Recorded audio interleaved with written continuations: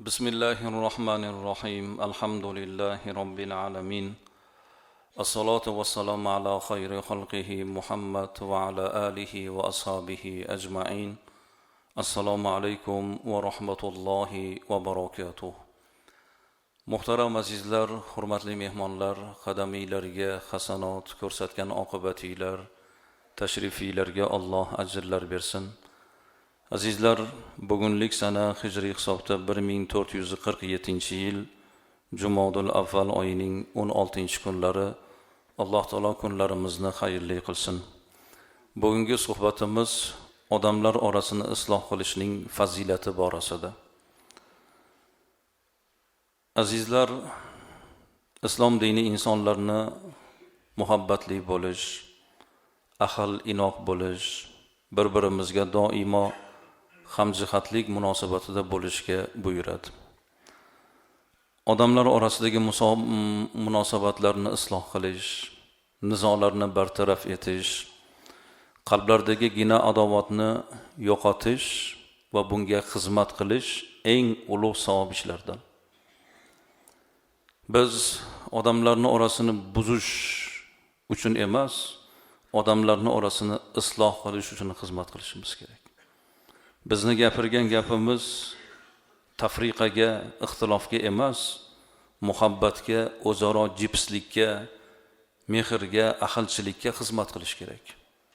Har bitta gapimiz oilalarning mustahkamligi, do'stlik rishtalarining mustahkamligi, mo'min musulmonlarni bir-biriga mehrda oqibatda bo'lishga biz hissa qo'shishimiz kerak. Bizning harakatimiz, gap so'zlarimiz shunga xizmat qilish kerak. Alloh taolo Qur'oni Karimda Hujurot surasida 10-oyatida marhamat qiladi. A'uzu billahi minash shaytonir rojim. Albatta mu'minlar birodardirlar. Innamal mu'minuna ikhwa fa aslihu bayna akhawaykum wattaqulloha la'allakum turhamun. Albatta mu'minlar birodardirlar. Bas ikki birodaringiz o'rtasini isloh qiling va Allohga taqvo qiling. Shoyatki Alloh rahim qilinsa, ya'ni rahim qilinsangiz deb Alloh Qur'onda marhamat qilyapti. Ikki birodaringizni o'rtasini isloh qiling deb Alloh amr qilyapti. Bu Allohning amri azizlar. Oddiy bir insoniy fazilat emas, balki bu amr bu. Dinimizni ko'rsatmasi. Mo'min odam bu amrga bo'ysunadi. Endi Allohning shu amriga qarshi chiqqan odamchi, oilani buzgan, ixtilofga sabab bo'ladigan ishni qilgan, uni gapi tafriqaga sabab bo'lgan, ikki do'stni, ikki eri xotinni bir-biridan ajralishiga sabab bo'lgan gap so'zni qilgan odam kim bo'ladi? Allohning amriga qarshi yurgan odam bo'ladi. Alloh taolo oyati karimada boshqa surada marhamat qiladi. Anfal surasida A'uzu billahi minash shaytonir rojim. Fattaqulloha va aslihu zata baynikum. Allohga taqvo qiling va oralaringizni isloh eting deb Alloh aytayapti. Taqvodor odam islohotchi bo'ladi. Juda ibodati joyida, maromida, hamma ishlari chiroyli, kiyinishlari, suratlari chiroyli, lekin fitnachi odam. Uni gapi so'zi fitnaga sabab bo'ladi. Qanday taqvodor bu odam? Ahilchilik bo'lish kerak. Oyati karimada Alloh taolo bizni taqvodor bo'lishga chaqirish bilan barobarida bizni ahilchilikka xizmat qilishimiz, islohotga bosh qo'shishimizga Alloh taolo buyuryapti. Ikki janjallashgan kishini bir-biri bilan gaplashmasdan yurishligi, arazlashib yurishligi, o'ziga, jamiyatga katta zarar bo'lishidan tashqari azizlar, bunday kimsalar gunohi kechirilmaydigan odamlarning toifasiga kirib qoladi. O'zi zarar ko'radi. Endi kim gaplashmaydi birov bilan, boshqalar bilan? Nima deb o'ylaysizlar? Diniga rioya qilmayotgan odam shu ishni qiladi. Allohning rahmatidan uzoq bo'lgan odam shu ishni qiladi. Taqvoni yaqiniga bormagan odam arazni davom ettiradi. Payg'ambarimiz alayhissalom aytadilar, Imomi Muslim rivoyati bilan. Jannat eshiklari dushanba va payshanba kunlari ochiladi. Alloh taologa shirk keltirmagan har bir bandaning gunohi mag'firat etiladi. Faqat birodari bilan o'rtasidagina adovat bo'lgan shaxslargina mag'firat qilinmaydi.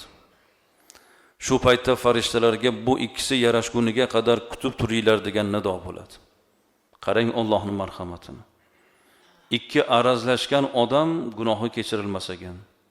Kutib turinglar, ular bir-biri bilan ochiq yuz bilan ko'rishguniga qadar, o'rtada shu arazni ko'targunlariga qadar kutib turinglar degan nido bo'ladi. Alloh bizni shu arazni ketkazishimizni Alloh kutib turar ekan. Gunohlarimizni kechirilishligi uchun. Payg'ambarimiz alayhissalom qachon suhbat qilmoqchi bo'lsalar, oraylarda qarindosh, urug', yori, birodari bilan gaplashmaydigan odam bo'lsa chiqib ketsin der ekanlar.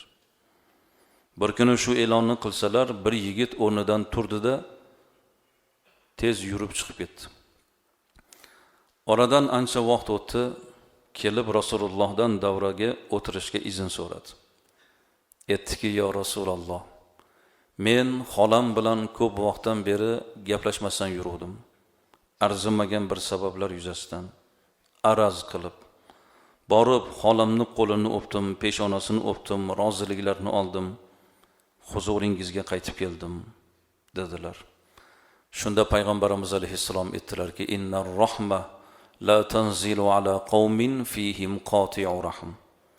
Bir jamoaki ichida shunday bitta odam bo'lsa, ya'ni rishtani uzgan, u qavmi qarindoshimi, do'stimi, birodarimi, arazlashib gaplashmasdan yurgan shunaqa bitta odam bo'lsa, shu odamning kasriga Allohning rahmati nozil bo'lmaydi dedilar. Nima uchun mo'min musulmonlarning duosi boshidan tepaga ko'tarilmaydi? Ichimizda shunaqa bitta odam bo'lsa, o'sha odamning kasriga jamoaning duosi qabul bo'lmaydi. Shu odam shunaqangi bir xatarli odam ekanda. Shunday bir holatdagi odam ekanki, o'sha odamning shu fe'liga jamoaning duosi qabul bo'lmas ekan. Abdulloh ibn Mas'ud qachon suhbat qilmoqchi bo'lsalar, Rasulullohga taqlidan shu gapni aytardilar. Muhtaram jamoat, oraylarda qarindosh urug'i bilan, yori birodari bilan rishtani uzgan odam bo'lsa chiqib ketsin der ekanlar.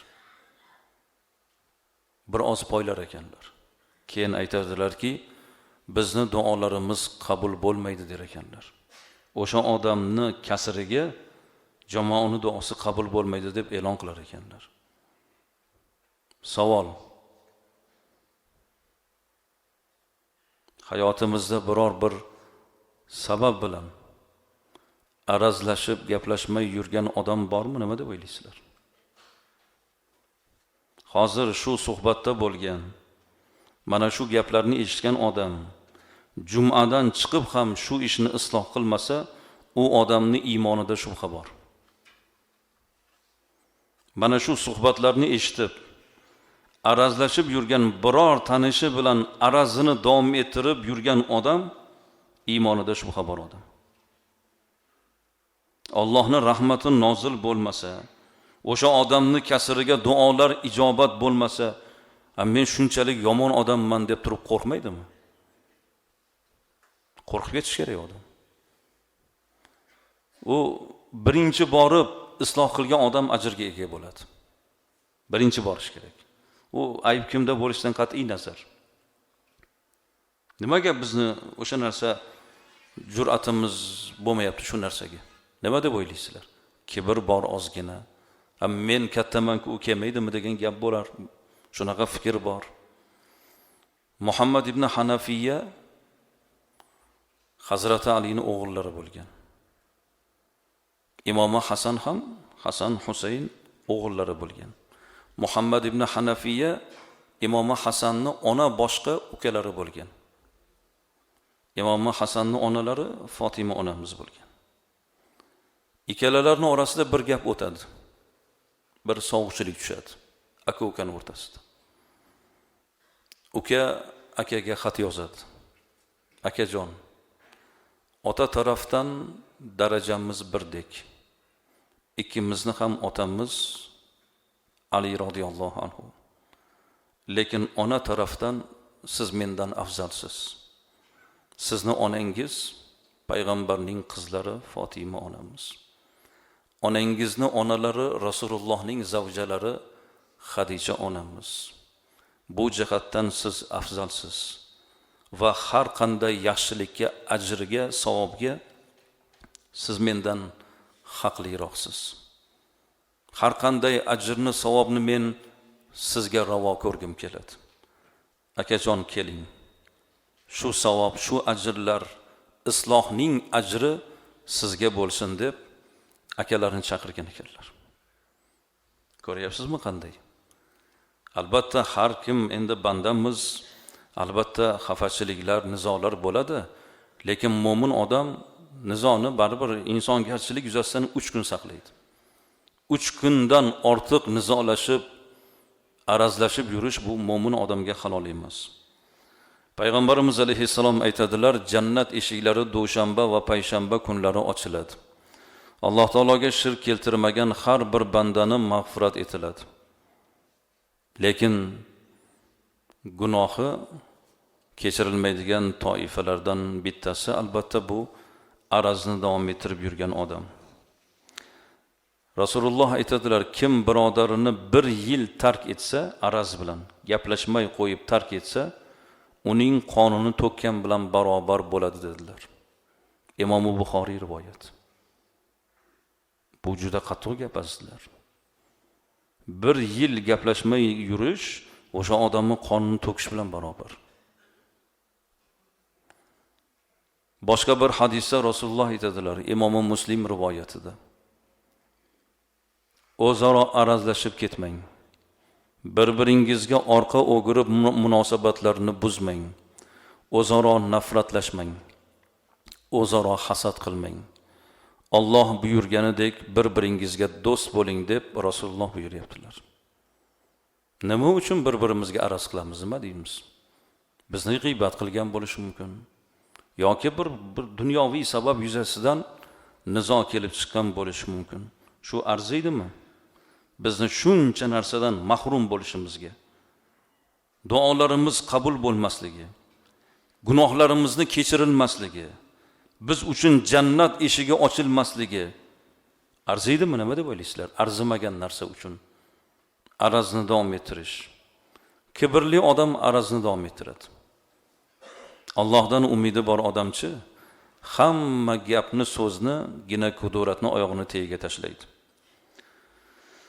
Rasululloh sallallohu alayhi vasallam aytadilar, badgumonlikdan saqlaning, ya'ni uzoq bo'ling. Albatta badgumonlik bu yolg'onchilik. Ayblarni qidirmang, josuslik qilmang. Kim o'zarga urinib, o'zaro hasadlashmang. Bir-biringizni yomon ko'rmang va bir-biringizga qarshi tadbir qilmang. Ey Allohning bandalari, bir-biringizga birodar bo'ling deb Rasululloh buyuryaptilar. Azizlar, biz bir-birimizga birodarmiz. Bizni mazhabimiz bir, dinimiz bir, imomimiz bir. Bir-birimizga xilof ishni qilmang. Xilof qilmang bir-biringizga. Biz bitta yo'lda, bitta e'tiqodda bo'lishimiz kerak. Endi azizlar, qalbi qattiq, nasihat kor qilmaydigan, islom yo'lidan og'igan, islomning bag'ri kengligidan mahrum bo'lgan odamgina arazni davom ettiradi. Islomning axloqidan uzoq bo'lgan, Allohning rahmatidan umidi bo'lmagan odam kesa o'zi kesin degan gapni gapiradi. Biz borishimiz kerak. Katta odam, savobga birinchi intiladigan odam iymonli odam bo'ladi. Bir odamni yomon qo'shnisi bor edi. Qo'shnisi nima qilib bo'lsa ham janjal chiqarishga sabab qidirardi. Qo'shnisini eshigini oldiga axlat solingan chelikni qo'yib qo'yardi. Lekin bu kishi parvo qilmas edi. Ya'ni aralashsa, nima uchun qo'ydingiz desa, janjal chiqadi. Bir kuni xush kayfiyat bilan uydan ko'chaga chiqsalar, yana o'sha holat. Beshigini oldida axlat solingan chelak turibdi. Chelakni oldilarda axlatni bo'shatib, chelakni yaxshilab yuvib, hidini ketkazib, pokiza qilib, ichiga qog'oz qo'yib, hovlisida pishib turgan olmalarni chelakka soldi. Qo'shnisining eshigiga borib, eshikni taqilladi. Qo'shnisi chiqishi bilan qaradi-yu, endi buni sabri bardoshi tugadi, endi janjal qiladi nima degan xayol bilan chiqsa, qo'shnisi tabassum bilan turibdi. Qo'lida chelakda bir chelak olma. Sizga ilindim, hovlidagi olmalarim pishdi. Qo'shnijon, mendan shu hadyani qabul qilsangiz deb, axlat chelakni tozalangan holatda ichiga pokiza bir holatda qog'ozlarni qo'yib, chiroyli bir holatda shu hadyani berdi.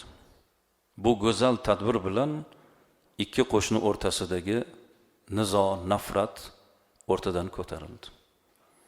Bizga yomonlik qilsa, biz ham yomonlik qilishimiz kerakmi? Nima deb o'ylaysizlar? Xo'p, bizni birov g'iybat qildi. Endi shu bilan janjal qilishimiz kerakmi? Yo yuz o'girib ketishimiz kerakmi? Sizni g'iybat qilsa ham yaxshilik qilavering.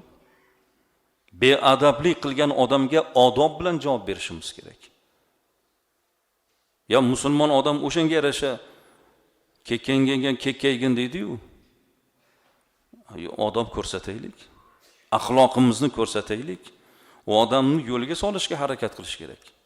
U odamni darajasida muomala qilsak, uni jaholati yana ham ko'payib boraveradi uni. Ulug'lar bunday yo'lni tutmagan. Ibrohim ibn Adhamning huzurlariga bir munofiq keldi, aytdiki, u kishini g'azabini qo'zg'amoqchi bo'ldi.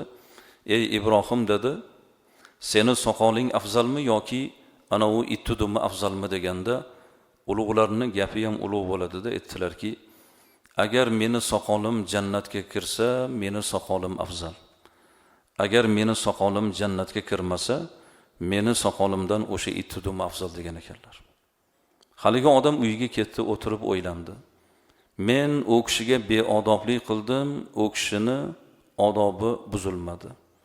Men u kishiga qattiq gapirdim, u kishi menga qattiq gapirmadilar. Bu kishi shunchalar mo'tabar, ulug' bir tarbiyali inson ekanlar deb kelib, tavba qilib, kechirim so'rab, hazratning yonida yurib shogird bo'ldi. Eng peshqadam muridlardan bo'lgan ekanlar.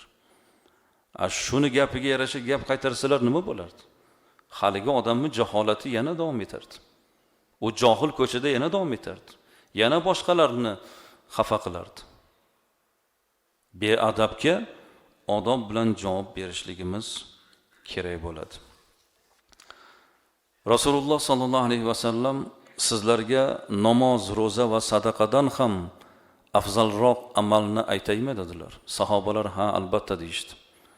Rasululloh aytdilarki, o'rtani isloh qilish eng afzal amal dedilar. E'tibor bering, namoz, roza, sadaqatdan ham afzal amal ikki odamning orasini yarashtirish, isloh qilish. Endi nimaga deb o'ylaysiz? Bu bir shunchalik go'zal ish ekanmi? Namozdan ham afzal bo'lish mumkinmi? Deganda Mulla Ali al-Qori aytadilarki, hadisda farz yoki nafl qaysi ibodat ekanligi aytilmagan. Qaysi namoz, qaysi sadaqat ekanligi aytilmagan. Endi buni Alloh bilguchi. Lekin agar biz islohni tahlil qiladigan bo'lsak, isloh gohida qon to'kilishligini oldini oladi. Ulkan gunohni oldi olinadi. Mol mulkni talon-taroj bo'lishligini oldi olinadi. Harom ishlarga qo'l urishni oldini olingan bo'ladi. Islohning natijasida. Borib qotillikka ham borish mumkin. Bu nafrat, bu ziddiyat borib qurol ko'tarishga borish mumkin. Qon to'kilishiga sabab bo'lishi mumkin. U odamning molini talofatga uchrashishiga sabab bo'lishi mumkin. Katta bir oilalarning bir-biriga ziddiyatiga sabab bo'lishi mumkin. Shunda bu amal manfaatli amal bo'lib tuyuladi albatta. Namoz, ro'za, u sadoqatlar bandani Alloh bilan o'rtasidagi bir shaxsning doirasidagi ishlar. Islohchi jamiyatning tartibiga xizmat qiladi. Islohning natijasida harom ishlarga yo'l qo'ymaslik olinadi. Mana shu jihatdan o'ylab qaralganda isloh ba'zi bir buyurilgan amallardan afzal deb Mulla Ali Yulqoriy marhamat qiladilar. Muhtaram azizlar, bugungi kunda mana shu isloh qilish, nizolarni bartaraf etish borasida gap ochadigan bo'lsak, oilalar haqida ham e'tibor qilishimiz kerak. Namoz o'qib turib, oilani ajrimiga sababchi bo'lgan odam kim bo'lishi mumkin? 61 ga kirgan onaxon. O'zim yolvordim, onajon, ulug' joyga borgan ekansiz, xojona ekansiz. Ikkita farzandi bor, qarang bularning ko'ziga, ikkita o'g'ilcha jovdirab qarab turibdi. Kelin kechirim so'rayapti, mendan o'tgan bo'lsa kechiringlar deyapti. Kuyov bola, ya men ikkita bolam bor, yashayman deb turibdi. Ona aytayapti-ku, yo'q, yashamaysan deyapti. Mani desang yashamaysan deyapti. O ikkita bolaga ertaga Allohning oldida nima deb javob berasiz desam, bittasini men boqib beraman dedi. Ikkinchisini o'zini onasini boqib katta qilib bersin dedi. Shunaqa odamlar ham bor ekan. Qalbi tosh. Qanday qilib bu o'zi ham qo'l ko'tarib, Alloh meni kechir, xatolarimni kechir deb duo qilarmikan shu odamlar? O'zi birovni kechirmayapti. Qani bu yerda mantiq? Qanday qilib Alloh meni kechir deyish mumkin shu odam? O'zi birovni kechirmasa. O'sha kechirmaslik nizolarni bardavom bo'lishiga sabab bo'lyapti. Bugungi kunda azizlar, mana shu masala doirasida davlat rahbari darajasida jiddiy e'tibor qaratilmoqda. Mahallalarda yarashtiruv guruhlari bor. Imom xatiblar, otinoylar, 2 yildan beri hoji otalar mana shu oilalarni yarashtiruvga bosh qo'shishyapti.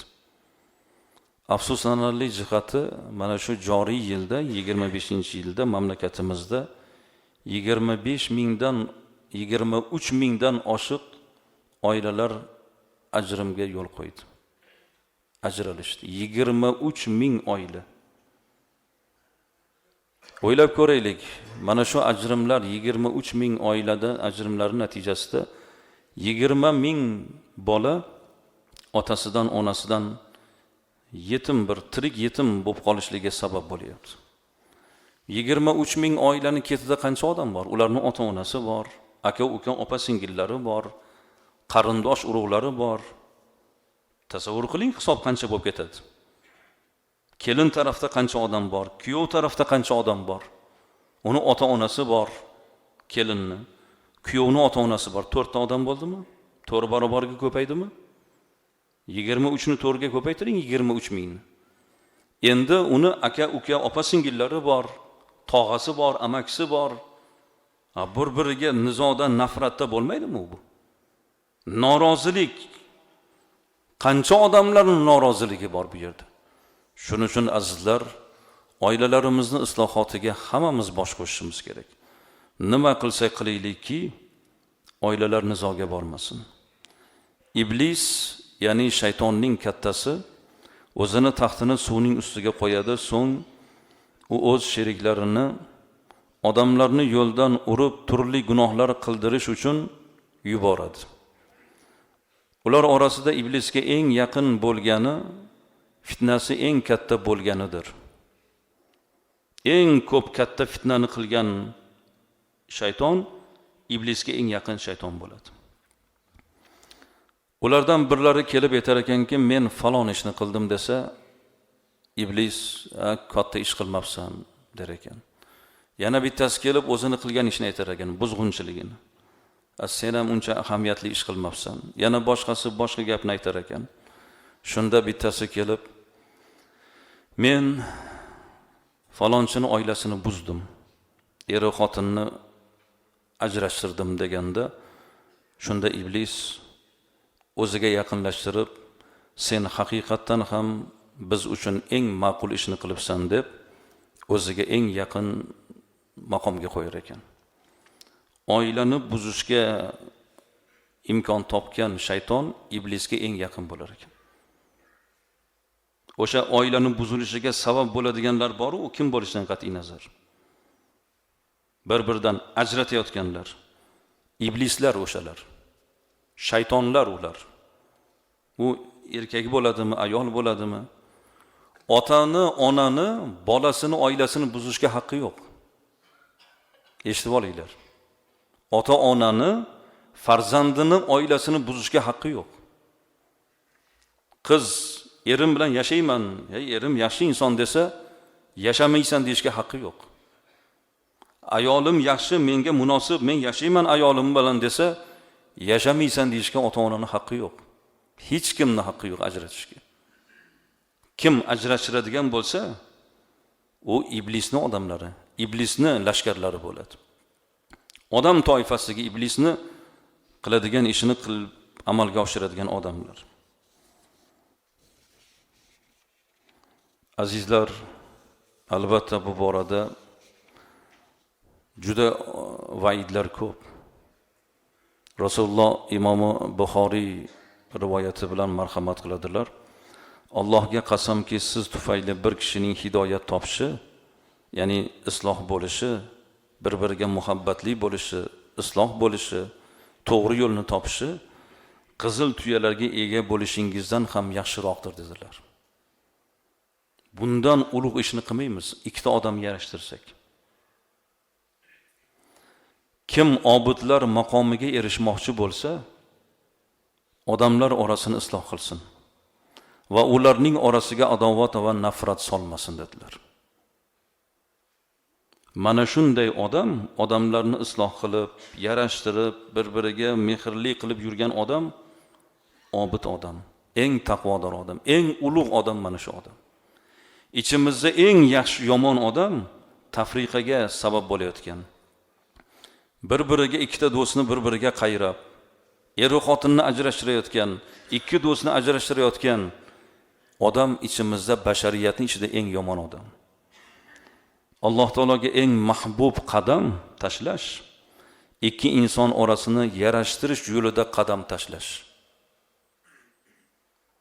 To'xtamang, yuring, boring, ishtirok eting, isloh eting, yarashtiring. Bundan ulug' qadam yo'q. Mana shunday kishi ikki kishining orasini yarashtirishni amalga oshirsa, Alloh taolo uni do'zaxdan ozod etishini yozib qo'yadi, bitib qo'yadi. Bu o'zimiz ham xursand bo'lamiz. Qolaversa, Alloh taolo bizni huzurimizni, darajotimizni yuksalishiga sabab bo'ladi. Sizga birov teskari ish qilsa, jahlingiz chiqmasin akalar. Birov g'iybat qilsa ham, birov sizni so'ksa ham, u asabiylashmang. O'sha jarayon bizni kimligimizni o'zimiz belgilaydigan jarayon bo'ladi.